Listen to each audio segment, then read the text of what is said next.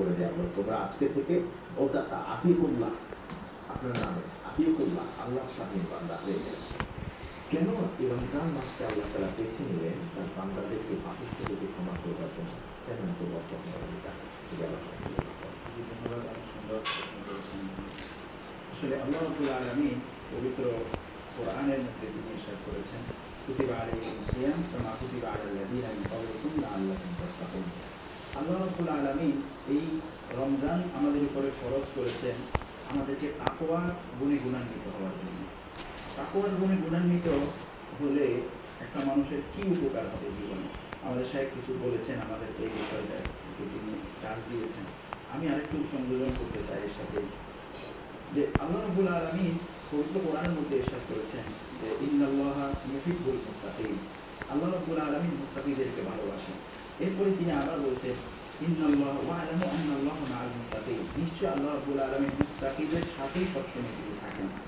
এরপরে আল্লাহ রাব্বুল আলামিন আরো ইরশাদ করেছেন ওয়াল আকিবাতু লিল মুত্তাকিন, আর মুত্তাকিদের জন্যই হচ্ছে উত্তম পরিণয়, শুভ পরিণয় হচ্ছে মুত্তাকিদের জন্য। শুভ পরিণয় মানে হচ্ছে যে আল্লাহ রাব্বুল আলামিন মুত্তাকিদের যখন ইন্তেকালের সময় হয়, যে অনেক মানুষ আমরা দেখতে পাই ইন্তেকালের সময় তারা ঈমান হারা হয়ে মারা যায়, কিন্তু মুত্তাকিদের ব্যাপারে এটা হয় না। মুত্তাকিদেরকে আল্লাহ রাব্বুল আলামিন নিজেই এই প্রটোকল দিয়ে তাদেরকে ঈমান সহ দুনিয়া থেকে ত্যাগ করার সুযোগ করে দেন, এবং তাদেরকে কবরের জগতে আল্লাহ রাব্বুল আলামিন তাদেরকে আযাব থেকে হেফাজত করেন, প্রশ্ন সহজ করে দেন।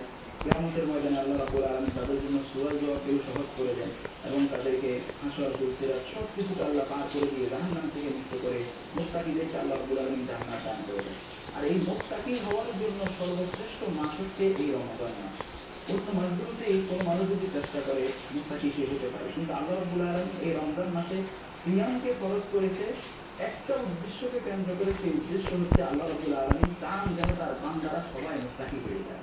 আর মুত্তাকি হলেই আল্লাহ রাব্বুল আলামিন বলছেন যদি রোজার মাধ্যমে কোনো মানুষ তাকওয়া অবলম্বন করতে পারে, আল্লাহ রাব্বুল আলামিনের হাবিব বিশ্বনবী সাল্লাল্লাহু আলাইহি সাল্লাম হাদিসে কুদসির মধ্যে তিনি ইরশাদ করেছেন, আল্লাহ রাব্বুল আলামিন বলছেন আসসাওমু লি ওয়া আনা আজজি বিহি, এর প্রতিদান আল্লাহ রাব্বুল আলামিন নিজ হাতে দিবেন। অন্য হাদিসে বিশ্বনবী সাল্লাল্লাহু আলাইহি সাল্লাম বলছেন আসসাওমু লি ওয়া আনা উজজা বিহি, রোজা আমার জন্য রাখে বান্দা, আমি নিজেই তার প্রতিদান হয়ে যাব।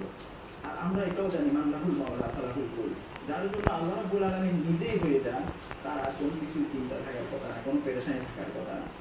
সুতরাং আমরা বলতে পারি এই রমাদান মাসটা আমাদের কাছে এসেছে, এটাকে আমরা খেলায় খেলায় শেষ করে দেওয়ার কোনো সুযোগ নেই। আমরা এই রমাদানে রোজা রাখার মাধ্যমে যদি তাকওয়ার নীতি অবলম্বন করতে পারি, তাহলে আল্লাহ রাব্বুল আলামিন আমাদেরকে দুনিয়া আখিরাত সব জায়গাতে আল্লাহ রাব্বুল আলামিন আমাদেরকে সাহায্য করবেন। আরেকটা বিষয় লাইলাতুল কদর। এই রমজান মাস আরেকটা গুরুত্বপূর্ণ বা দামি হওয়ার অন্যতম আরেকটি কারণ হচ্ছে লাইলাতুল কদর। লাইলাতুল কদরটা হাজার মাসের চেয়ে উত্তম। আমাদের সাহেব যেভাবে বললেন হাজার মাসের চেয়ে, আল্লাহ রাব্বুল আলামিন সূরাতুল কদর একটা সূরার নামে তিনি নাযিল করেছেন, সূরাতুল কদর নামে। আল্লাহ রাব্বুল আলামিন বলছেন লাইলাতুল কদরি খায়রুম মিন আলফি শাহর, এটা হচ্ছে এমন একটা রাত যেটা হাজার মাসের চেয়ে উত্তম। হাজার মাসের চেয়ে উত্তম এই রাতে কি হয়? বিশ্ব আল্লাহ রাব্বুল আলামিন তারপরের আয়াতে বলছেন তানাজ্জালুল মালায়েকাতু ওয়ার রূহ, এই কদরের রাতে ফেরেশতারা এবং রূহ হযরত জিবরাইল আলাইহিস সালাম এই রাতে নাযিল হন। তাফসীর মাফাতিহুল গায়ব, তাফসীরে কাবীর আল্লামা ফখরুদ্দীন রাজি রাহমাতুল্লাহ আলাইহি তিনি এই আয়াতের ব্যাখ্যায় উল্লেখ করেছেন যে ফেরেশতা জিবরাইল আলাইহিস সালাম এবং ফেরেশতারা আসার পরে দুনিয়াতে কি করেন, তাদের একটা কাজের বর্ণনা তিনি মাফাতিহুল গায়বের মধ্যে যে ফেরেশতারা আসে জিবরাইল আলাইহিস সালাম লা তাদা শাইআন লা তাদা নাসা ইল্লা সাফাহাহু, তাদের সাথে এমন কোনো মানুষকে তিনি ছেড়ে দেন না যাদের সাথে তিনি মুসাফা করেন না। কাদের সাথে? তিনি বলছেন যে যারা রাতের বেলায় লাইলাতুল কদরের রাতের বেলায় কিয়াম করে, আল্লাহকে স্মরণ করে, কোরআন তেলাওয়াত করে, জিকির করে, এমন যত মানুষ যারা আল্লাহর কাছে ক্ষমা চায়, সবার সাথে জিবরাইল আলাইহিস সালাম এই রাতের বেলায় মুসাফাহা করেন। এবং এটার আলামত কিভাবে বুঝবে যে জিবরাইল আলাইহিস সালাম আমার সাথে মুসাফাহা করেছেন, এটা কিভাবে বুঝবে? তিনি বলছেন এক শাহিদ জুলুদুহু, মানুষ যার সাথে জিবরাইল আলাইহিস সালাম মুসাফাহা করবেন ওই ব্যক্তির শরীরের পশমগুলো দাঁড়িয়ে যাবে, এবং ওয়ারাকা আইনুহুম এবং কলবুহুম, এবং তাদের হৃদয়গুলো বিগলিত হয়ে যায়, হৃদয়গুলো বিগলিত হয়, তার মানে আইনুহুম, এবং তাদের চোখ দিয়ে পানি পড়তে থাকে। কারণ এই তিনটা আলামত তিনি এই তাফসীরে মাফাতিহুল গায়বের মধ্যে উল্লেখ করেছেন। যে ব্যক্তির সাথে জিবরাইল আলাইহিস সালাম মুসাফা করে এই রাতে, ওই ব্যক্তির মাঝে এই আলামতগুলি পাওয়া যায়। সুতরাং আমরা বলতে পারি যেহেতু এই রাতটা এত গুরুত্বপূর্ণ, আর এই রাতটা অন্য কোনো মাসে আল্লাহ রাব্বুল আলামিন দেন নাই, এবং ইতিপূর্বে আদম আলাইহিস সালাম থেকে শুরু করে আমাদের নবী আসার আগে ঈসা আলাইহিস সালাম পর্যন্ত কোনো নবীর জন্য আল্লাহ রাব্বুল আলামিন এই রাতকে কবুল করেন নাই। শুধুমাত্র আমাদের নবী মুহাম্মদ রাসূলুল্লাহ সাল্লাল্লাহু আলাইহি ওয়াসাল্লাম এবং আমাদেরকে দয়া করে আল্লাহ রাব্বুল আলামিন এই রাতকে কবুল করেছেন। কারণ অন্য নবীর উম্মতরা হায়াত পেত 1000 বছর, 500 বছর, 600 বছর তারা হায়াত পেত। আমরা জানি নূহ আলাইহিস সালাম একাই হায়াত পেয়েছেন 950 বছর, এভাবে করে তার উম্মতরা হায়াত পেত অনেক বছর। কিন্তু আমাদের আসার কথা, আমরা যখন আসলাম আমাদের নবীর হায়াত ছিল কেবল মাত্র 63 বছর। ওই অনুযায়ী আমাদেরও হায়াত 100 বছর বেশি যায়, 100 বছর দ্বারাও যায়। খুব প্রতি কয়েকজন মানুষ 100 বছর পর্যন্ত হায়াত পায়, কিন্তু আমাদের হায়াতের ডিউরেশন হচ্ছে 60 থেকে 70 এর ভিতরে। এই জন্যে ওই আগের মধ্যে এবারগুলো খুশিয়ে দেওয়ার জন্য আমাদেরকে আল্লাহ রাব্বুল আলামিন এই আমাদের উম্মতের মধ্যে আমাদের জন্য বিশেষ করে রহমত করে দয়া করে আল্লাহ রাব্বুল আলামিন এমনকি রাত দিয়েছেন, আর এই রাতটি হচ্ছে রমজান মাস, যার কারণে এই রাতে এত বেশি ফজিলত, এত বেশি গুরুত্ব। চমৎকার করে তুলে ধরেন। সবচেয়ে ভালো লেগেছে যে লাইলাতুল কদর রাত্রিতে জিবরিল আলাইহিস সালাম এই রাতে অবতরণ করেন, অবতরণ করার পরে কি কাজ করেন এই বিষয়টা আমরা অনেকেই ভাবি না।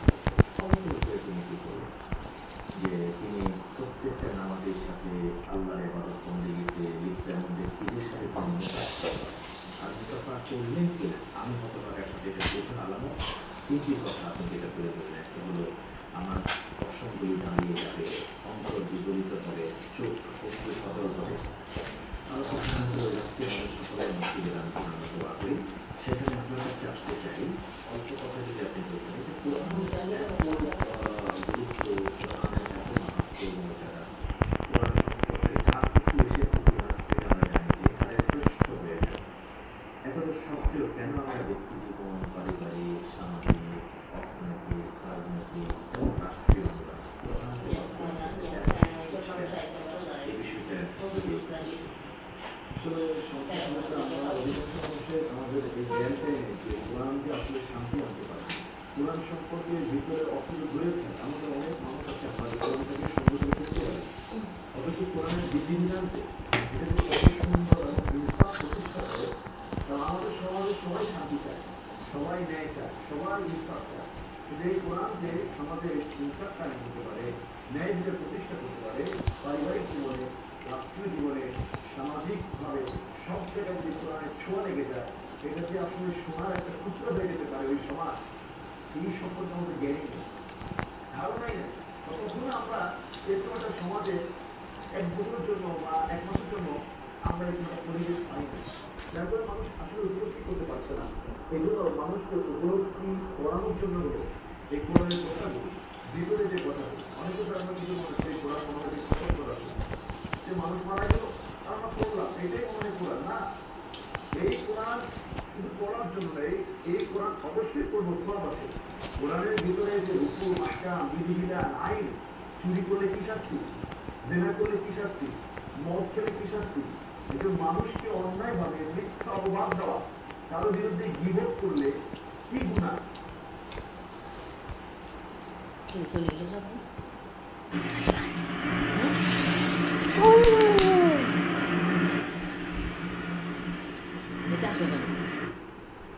অ্যাড আসে সমাজের মানুষ আমরা উপলব্ধি, এজন্য আমাদের রাসূল কারীম সাল্লাল্লাহু আলাইহি ওয়াসাল্লামের মদিনা শাসন দেখি, খোলাফায়ে রাশিদের শাসন যদি আমরা দেখি, তাহলে কোরআন এবং সুন্নাহকে শাসন প্রতিষ্ঠা করেছে। কোরআনের সেই সোনালী যুগ সম্পর্কে আমরা যদি কেউ ঘুরিয়ে আসতে পারি, প্রত্যেকটা মানুষ যে মন থেকে চাইবে কোরআনের বিধিবিধান, কোরআনের সংবিধান, কোরআনের আইন, কোরআনের শাসন আমাদের প্রত্যেকটা মানুষকে চাইবে না। তো এই কোরআন তো মানব গঠিত নয়, এই কোরআন তো পৃথিবীর কোনো মানুষের বানানো নয়, এই কোরআন তো তার, যিনি আমাদের সৃষ্টি করেছেন, যিনি মহান, যিনি আরশ আজিমের মালিক, যিনি আসমান জমিনের সৃষ্টিকর্তা, যিনি এই পৃথিবী সৃষ্টি করেছেন, যিনি মানব দানব ইনসানকে পাঠিয়েছেন, তিনি আমাদের মধ্যে কিভাবে সমাজ শান্তিতে চলবে সেই বিধান দেওয়ার মালিক তো তিনি।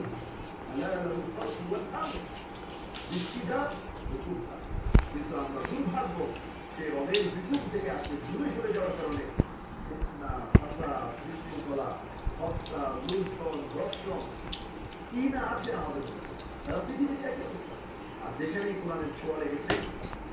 শোনো, এই তুমি যে একদম রোজা রাখতে হলে একদম তারাবি পড়তে হবে এমন কোনো কথা নেই, তোমার এতটুকু এখন টাকা নেই।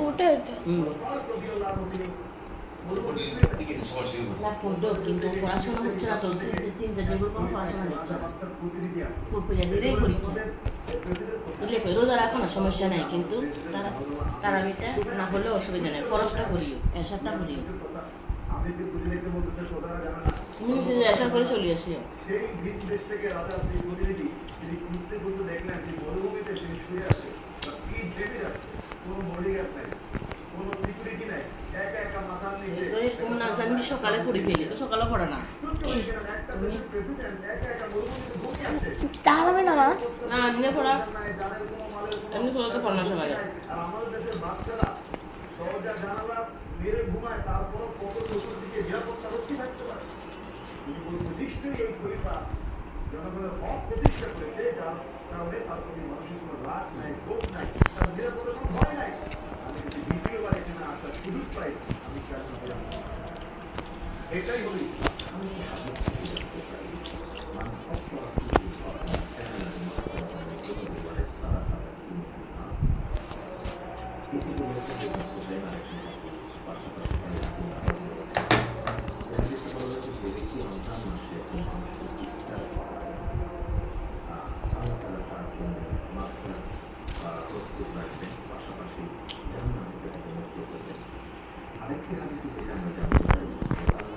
সামনে তো রাখছে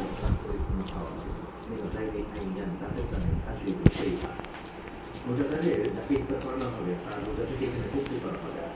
এই যে শুধুমাত্র একটু ইফতার তুলে দেওয়ার মাধ্যমে আল্লাহ তাআলা বিশাল ফজিলত। হতে পারে ইফতারটায় অঞ্জলি পানি দিয়ে অথবা 1 গ্লাস দুধ দিয়ে অথবা একটি খেজুর বা খেজুরের পানি দিয়ে করালেও আল্লাহ তাআলা এই সওয়াবটা দিবেন। কেন দিবেন? এই অল্প আমলে এত বেশি সওয়াব কেন? মাশাআল্লাহ, চমৎকার একটা কথা বলেছেন। আসলে ইফতার একটা ফজিলত নয়, আমরা এটা আসলে খাবার হিসেবে অনেকে মনে করি যে শুধু আমরা খাবার গ্রহণ করছি, কিন্তু আসছে যে কাউকে যদি 1 ঢোক পানি দিয়ে যদি ইফতার করায়, আল্লাহ তাআলা তাকে আরেকটি রোজার সওয়াব দান করবেন। আরেকটি হাদিসের মধ্যে আছে যে লিসওয়ানি ফারহাতানি, রোজাদারের জন্য 2টি আনন্দ। একটি হলো সেটা হলো ইফতার করতে বসে, এটা তার একটা আনন্দ। আরেকটা হলো এই রোজার বিনিময়ে যে সে যখন আল্লাহ সুবহানাহু ওয়া তাআলার সঙ্গে সাক্ষাৎ করবে, এটা তার জন্য আরেকটা আনন্দ। আমরা সারাদিন কষ্ট করে রোজা রেখে ইফতারের আগ মুহূর্তে সামনে এত সুস্বাদু খাবার নিয়ে বসে থাকি, এবং অনেকে গরমে ঠান্ডা পানির শরবত নিয়ে বসে থাকি, এটা আমরা নাড়াচাড়া করি, মাখি, দেখি, বানাচ্ছি, কিন্তু আমরা মুখে নিচ্ছি না। বারবার আমরা ঘড়ির দিকে লক্ষ্য করছি যে কখন আল্লাহ সুবহানাহু ওয়া তাআলার অর্ডার হবে, কখন তার আদেশ হবে, কখন সূর্যাস্ত হবে আর মুয়াজ্জিনের আযানের সিগন্যাল আসবে, আমরা এটা গ্রহণ করব। আল্লাহ এই যে সামনে ইফতার রেখে আমরা এভাবে বসে আছি, এটা যে কত একটা পরীক্ষা।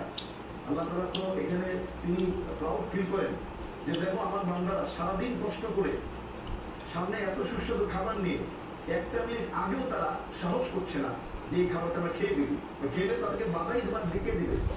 আল্লাহর হুকুম ছাড়া সেই খাবার খাচ্ছে না, নিজে খাচ্ছে, আরেকজন রোজাদারকে সে ইফতারের ব্যবস্থা করেছে। এর বিনিময়ে যেটা বলেন আল্লাহ তাকে খুশি হয়ে মাফ করে দেয়, তাকে আরেকটি রোজার সওয়াব দান করে দেয়। আমরা তো পানি দিয়ে কাউকে ইফতার করাই না। রিসার্চে যদি কেউ পানি 1 ঢোক পানি দিয়ে ইফতার করায়, আমরা তার আলহামদুলিল্লাহ খেজুর, তারপর আরো কত আনুষঙ্গিক কত সুন্দর সুন্দর খাবার থাকে, তাহলে এইটা আরো কত ফজিলত বেড়ে যায়। আর এইটা রোজাদারের জন্য একটা আনন্দ। আবার এটার বিনিময়ে সৌলি ওয়ানা আজিহি ছিল না হাদিসের মধ্যে আসছে যে রাসূল সাল্লাল্লাহু আলাইহি ওয়াসাল্লাম বলেছে যে তার উম্মতের প্রত্যেকটা সেরি পেট ভরে খাও, সেরি 70 গুণ পর্যন্ত বৃদ্ধি করা হয়। কিন্তু রোজার যে ফজিলত, রোজার যে সওয়াব, এটা সম্পূর্ণ ভিন্ন। এটা 10 থেকে 70 এর লিমিট নেই। এই হাদিসের পরামর্শ আছে যে আল্লাহ তাআলা বলেছেন যে এই রোজাটা আমার জন্য, এটার প্রতিদান আমি রোজাদারকে নিজে দান করব। সুবহানাল্লাহ। এখানে 10 আর 70 চলবে না, এখানে কত বেশি আল্লাহ তাআলা তাকে দিবে তার কোনো হিসাব নেই। আর আল্লাহ সুবহানাহু ওয়া তাআলার বান্দা বান্দীরা যেন এই রমজান মাসে আল্লাহ খুশির জন্য ইবাদত বন্দেগী করতে পারে, শয়তানের ধোঁকা ওয়াসওয়াসা থেকে যেন নিজেকে বাঁচিয়ে রাখতে পারে, এই সম্পর্কে একটা চমৎকার হাদিস আছে। যে এটা আমরা এই চমৎকার হাদিসটা শুনবো একটা বিরতি করেছি ইনশাআল্লাহ। প্রিয় দর্শক শ্রোতা, আপনারা দেখছেন বর্তমান সাহেব প্রেজেন্টেড বাই বিহারি ট্রাভেলস। সময় কোনো বিরতিতে যাবার